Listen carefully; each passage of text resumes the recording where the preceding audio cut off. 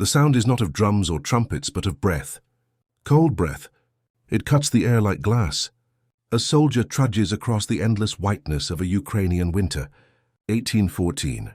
His boots crunch into snow that has hardened into crust, each step echoing into a silence so vast it feels like a cathedral of ice. Crows circle overhead, their wings slicing against the pale light of a waning moon. Somewhere far away, the faint creak of rope against wood groans like a warning. This is not a battlefield. It is a graveyard waiting to be filled, and in the center of it all stands a figure, Dorian Markov, a name history nearly buried beneath frost and blood. A soldier in the Tsar's army, a peasant's son, a man whose calloused hands had once lifted hay and now carried a musket. Before the frost claimed him, before the gallows became his weapon, there was a boy. Russia in 1814 was not a nation, it was an empire swollen with conquest. Napoleon's armies had been broken, retreating across the ashes of Moscow, leaving corpses in their wake. The Tsar Alexander I stood triumphant, yet his victory rested on the backs of men who had never chosen war. Serfs, peasants, and the forgotten poor had been pressed into uniforms, forced to march beneath banners they did not understand, for a crown they would never touch, Ukraine.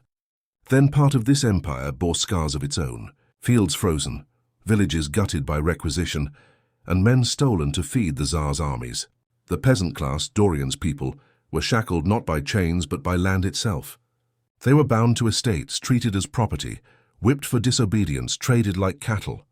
Religion promised salvation, but it was a salvation postponed, deferred beyond the grave. In the meantime, the church's bells tolled not for freedom, but for endurance. And so in this world of frost, hunger, and submission, Dorian Markov came of age. He was born outside Kiev to soil too poor to yield enough grain. His father's back was bent long before his 30th year, his mother's hands cracked from cold and labor. From them, Dorian inherited two things, strength and silence. He was not a man of words. He was a man of glances, of clenched jaws, of fists hardened by lifting wood and striking stone. His childhood was marked by hunger so constant it became a rhythm in his body, a drumbeat of want. He learned to chew bark, to boil grass to survive. When conscription came, it was not a choice. The village elder pointed his name, and the Tsar's recruiters took him. His mother wept. His father turned his face away. Dorian was marched away in iron shackles with other sons of Ukraine, branded into service not as men, but as tools. The Tsar's army did not see peasants as soldiers. They saw them as bodies, meat to fill ranks, bones to litter fields. Officers, often noble-born, ruled with iron discipline. Whippings were common, starvation too. A man could be beaten for failing to polish his boots, flogged for speaking his native tongue, hanged for defiance. Captain Yegorov, the man who would one day meet the noose by his own neck, was one such officer. Cold, cruel, meticulous, he believed men were not men, but animals to be broken. He relished punishment, finding reasons to tighten discipline like a noose around every throat. For Dorian, humiliation became a daily ration. Forced to kneel in snow for hours, stripped of bread for minor infractions, beaten with rifle stocks for imagined slights. The chains of peasantry had only been exchanged for the iron of the Tsar. Yet beneath this weight, something stirred. A silence deeper than obedience. A silence that did not forget. Winter nights in the barracks were filled with whispers. Peasants from different villages, each with the same story. Fathers whipped, mothers taken, brothers starved. The Tsar's war was not theirs. They spoke in hushed tones of escape, of vengeance, of striking back. Most dismissed it as fantasy, as suicide. But not Dorian. He listened. He watched. He remembered every blow, every insult, every drop of blood in the snow. And in the shadows of the barracks, he sharpened not only his bayonet but his resolve. The rope, that instrument of terror used by officers to hang deserters, began to take on a new meaning in his mind. He dreamed of it not as punishment but as justice. The frost, the rope, the silence, they waited. As the year turned, winter grew crueler. Food rations dwindled, boots tore open, and frostbite gnawed at fingers and toes. Soldiers muttered that the Tsar had forgotten them, that they were nothing but husks left to rot in snow. Captain Yegorov, instead of mercy, doubled punishments. He ordered men flogged in the freezing air until their backs split open, wounds crystallizing into frozen blood. He forced them to march barefoot through snow as discipline. He had deserters hanged in the village square, their bodies swaying stiff beneath the moonlight, a grim theatre of obedience. Dorian Markov watched each hanging with eyes that did not blink. He memorized the knots, the beams, the sound of rope tightening. He did not see terror, he saw instruction. The storm within him gathered strength, and soon the silence would break. In the frostbitten silence of Ukraine's winter, one soldier waited. His hunger was not only for bread, but for retribution. And when the moment came, it would not be a musket or a bayonet that spoke for him. It would be the rope, the same rope that had strangled his brothers in arms. The rope that would soon cradle the throat of Captain Yegorov. The snow was falling sideways that night, driven by a wind that howled like a starving wolf. The barracks shook with every gust, boards creaking as though the very bones of the building wanted to snap and scatter into the storm. Inside, the soldiers lay in silence. Some pretended to sleep, their breath shallow, afraid of the officer's ear. Others whispered through the dark, their words carried only as far as the next straw mat. The stench of unwashed bodies, of damp wool, of sweat that never dried in winter, clung to every corner. Dorian lay on his back, staring into the rafters where frost gathered in jagged teeth. He could hear Yegorov's boots pacing outside, the crunch of authority, the sound of a predator measuring the cages of his animals. The captain carried a lantern through the snow, its glow briefly flashing across the small window slits of the barracks. Every step was a reminder. We are watched, we are owned, we are nothing. But something in Dorian's chest had cracked, not in that moment, not in that night, but across years of humiliation, hunger, and blood. The crack had widened each time the whip tore into his back. It deepened each time he heard the rope creak beneath another man's weight. Now it had split wide open. What leaked through was not fear, not despair, but fire. He rose without sound. His boots slid onto the frozen earth floor. A few eyes opened to follow him, eyes that carried the same hunger but lacked his resolve. Dorian did not speak. Words would have been betrayal. Words could be overheard. He moved with the certainty of a man already condemned. The storm outside cloaked him. Snow slashed across his face, biting like 1,000 knives. His breath vanished into the dark. He walked toward the officers' quarters, a squat wooden hut set apart from the barracks, glowing faintly with candlelight within. Yegorov was inside, drinking, reading, polishing the pistol he wore at his belt even when he slept. Dorian's hand closed around the rope he had coiled beneath his coat. It was not a soldier's rope. It was scavenged, stolen from the supply yard, fibers fraying but strong enough to hold a man's life. He had tested its knots in secret, tightening it against beams in the barracks when others pretended to dream. He knew how it would bite, how it would hold. He pressed his back against the hut wall, listening. Inside, the scrape of chair legs, the soft clink of glass, the rasp of boots sliding across floorboards. The captain was alone. A perfect silence surrounded them both, except for the blizzard's roar. Nature itself had conspired to smother every sound. Dorian stepped through the door. The hinges groaned. Yegorov looked up, startled but not alarmed. He expected obedience at every hour. A soldier might enter with news, with orders, with an apology. His voice was sharp but casual. "What is it, Markov?" "Speak." Dorian did not speak. He moved forward one step, then another. His shadow stretched long across the floorboards, jagged under the candle's flame. Yegorov's brow furrowed. His hand drifted toward the pistol at his side. The rope whistled through the air. It looped over the captain's head before the pistol left its holster. Yegorov staggered, eyes widening as coarse fibers dug into his throat. His voice broke into a choking bark, more animal than man. The chair toppled beneath him as Dorian pulled, muscles honed by years of labor straining with all their fury. The pistol clattered across the floor, useless. Silenced by the storm outside, Yegorov thrashed, his boots scraping against the wood, hands clawing at the rope, fingernails ripping his own skin in desperation. The candlelight danced across his face, distorting features into grotesque shadows, eyes bulging, lips foaming, veins bursting. His screams never came, only a wet, gasping wheeze, swallowed by the rope. Sight. The whites of his eyes rolled back, reflecting the flame like broken glass. His face purpled, bloated, unrecognizable. Sound. The creak of rope pulled tighter. The choking coughs fading into silence.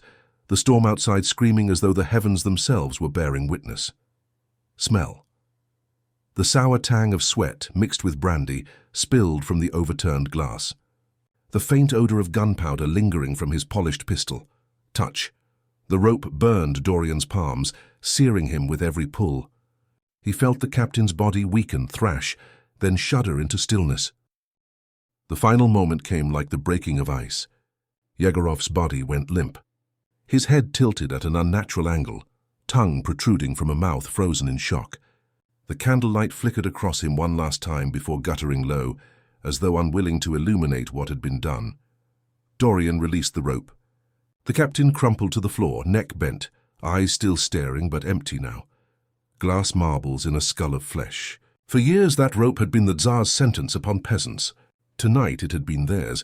The silence after was unbearable. Not the silence of fear nor of obedience. A silence thick, suffocating, filled with the weight of an act that could never be undone. Dorian stood over the body, chest heaving, sweat freezing against his brow. He had not shouted, not spoken, not cursed the man whose life he had taken. His vengeance had been wordless, cold as the winter itself. The door opened. 2 soldiers stood there, faces pale, eyes wide. They had followed him, perhaps to stop him, perhaps to see what he dared. Now they looked not at a man but at a storm-made flesh. Dorian's hand still gripped the rope, the fibers darkened with blood. The corpse sprawled behind him told the rest. They said nothing. One turned away. The other closed the door. The murder spread through the barracks not as a shout but as a whisper. Men glanced at each other, some in fear, some in awe. For years they had dreamed of vengeance. Dorian had carried it out.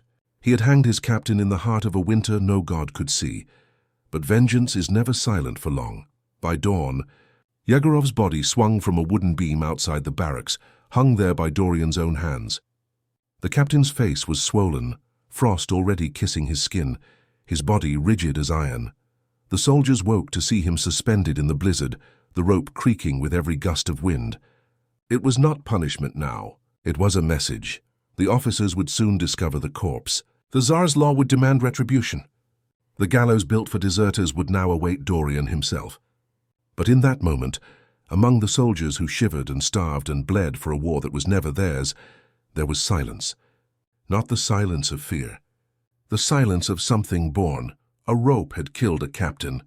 A soldier had defied an empire. And the frost had become an accomplice, burying every scream, swallowing every sound until only one truth remained. Dorian Markov had broken the order of the world. The storm was no longer outside. It was within them. The morning after the storm, the barracks did not wake to bugles. They woke to silence, broken only by the groan of a body swaying on its rope. The blizzard had eased, leaving the world carved in ice and glittering snow. The sun rose pale and distant, its light weak, unable to warm the frozen earth. And there at the center of the yard, Captain Yegorov's corpse turned slowly in the wind, a grotesque pendulum keeping time for a new kind of day. The soldiers gathered one by one, boots crunching through frost, eyes rising to the figure that had ruled them with whip and pistol. His face was mottled purple and grey, lips cracked open as if still trying to spit orders from a throat now crushed. The rope creaked above them.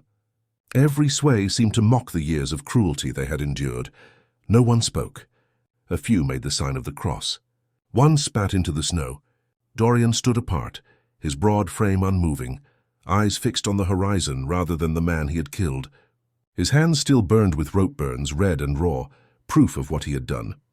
To some he was a murderer. To others he was what they had prayed for in silence, the arm of vengeance. The officers discovered the body within the hour. Their shouts broke the cold air like musket fire. Men were ordered back to the barracks, doors slammed shut, guards posted with rifles. Panic rippled through the command. A captain had been murdered. Not by enemy saboteurs, not by spies, but by one of their own. The army was built on fear and obedience. Now both had been shattered. An investigation was called, though it needed no searching. Whispers named Dorian before the officers even demanded answers. He did not deny it. When dragged into the open, boots slipping on the ice, he did not resist. His eyes met theirs without fear. His silence said what words could not. Yes, I killed him. And I would do it again. The punishment was inevitable. Mutiny, murder of an officer. There could be no trial worth speaking of. The Empire would not tolerate hesitation. Hesitation was infection, spreading rebellion through the ranks. Dorian was sentenced on the spot. He would hang as Yegorov had hung beneath the same winter sky. The gallows were raised quickly. Soldiers were forced to watch, lined in rigid rows, rifles slung across their backs, faces pale with frost and fear. They had seen deserters punished before, but this was different. This was one of their own, a man who had risen against a captain everyone hated yet feared. The officers barked orders with trembling voices, for they knew the men before them were not the same as yesterday. They had seen the order of the world broken, and some part of them longed for it to break further. Dorian was brought forth in chains. Snowflakes clung to his lashes, melted against his cheeks, ran down into the stubble of his jaw. He walked with the steadiness of a man going to his labor, not to his death. His breath plumed in the cold air, each exhale a ghost that drifted upward before vanishing. He did not kneel. He did not beg. The rope was placed around his neck. The same rope he had used on Yegorov now turned back upon him. It was rough, familiar, like a tool returned to the soil. The soldiers watching felt the twist of irony, sharp and cruel, yet almost holy in its symmetry. The Empire demanded justice. Fate demanded completion. The drumbeat began, slow and hollow. Each strike was a hammer on the frozen ground, echoing into the marrow of every man present. The officer gave the signal. The trap gave way. Dorian's body dropped. The rope snapped taut. The sound was final, a dull crack swallowed by the winter air.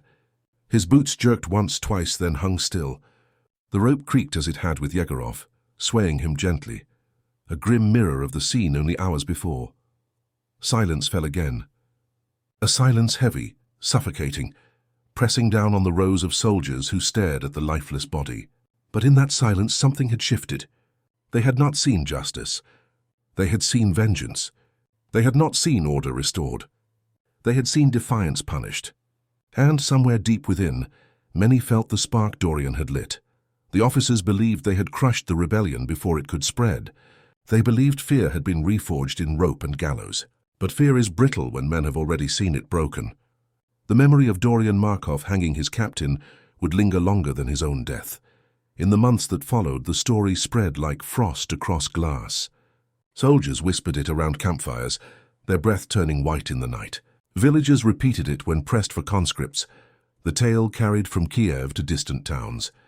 The soldier who hanged his captain in the winter frost. His name was spoken as a curse by officers, as a prayer by peasants. For some, Dorian was a monster, a man who brought chaos into the fragile machinery of war. For others, he was a martyr, proof that even the lowliest peasant could seize the rope from the Empire's hand and turn it against the masters. His act became a warning and a prophecy both. Authorities responded with harsher laws. Discipline was tightened, punishments doubled, hangings made public spectacles. The Empire wanted to erase Dorian's name, to smother the whisper before it grew into a cry. But repression cannot kill a story. It only feeds it. Soldiers began to carve crude ropes into the wood of their barracks, symbols of rebellion, hidden where officers could not see. In taverns, peasants drank to his memory, murmuring to one another. He showed them we are not cattle. Years later, when uprisings flared in villages, when mutinies spread across regiments, some said they remembered Dorian. They remembered the frost, the rope, the silence. His defiance had not died on the gallows. It had planted itself like a seed beneath the snow, waiting for spring. And yet history did not grant him monuments. No statues bore his name. No books of the Tsar chronicled his act. He was erased officially, condemned as an outlaw, a criminal unworthy of memory. But memory does not belong to the Empire. Memory belongs to the people who carry it in whispers, in shadows, in secret pride. On cold nights when the snow howled across Ukraine, old men told children of a soldier who refused the whip. They said he walked into the officer's hut with nothing but a rope and left behind a silence that the Empire could never fill. Some said his ghost still wandered the barracks, rope coiled around his arm, eyes fixed on the officers who beat their men. Others said the storm itself carried his voice, a low moan through the pines, reminding them that the frost remembers. The Empire thought it silenced him with the gallows. But Dorian Markov did not vanish. He became something greater, something untouchable, a warning to tyrants, a shadow in the snow, a whisper in the silence between whip cracks. And in every rope that swung in those long winters, in every creak of hemp against wood, The memory of one soldier's defiance returned again and again. The frost had preserved him, not buried him. The Empire thought it had silenced one voice. But it had only planted a storm.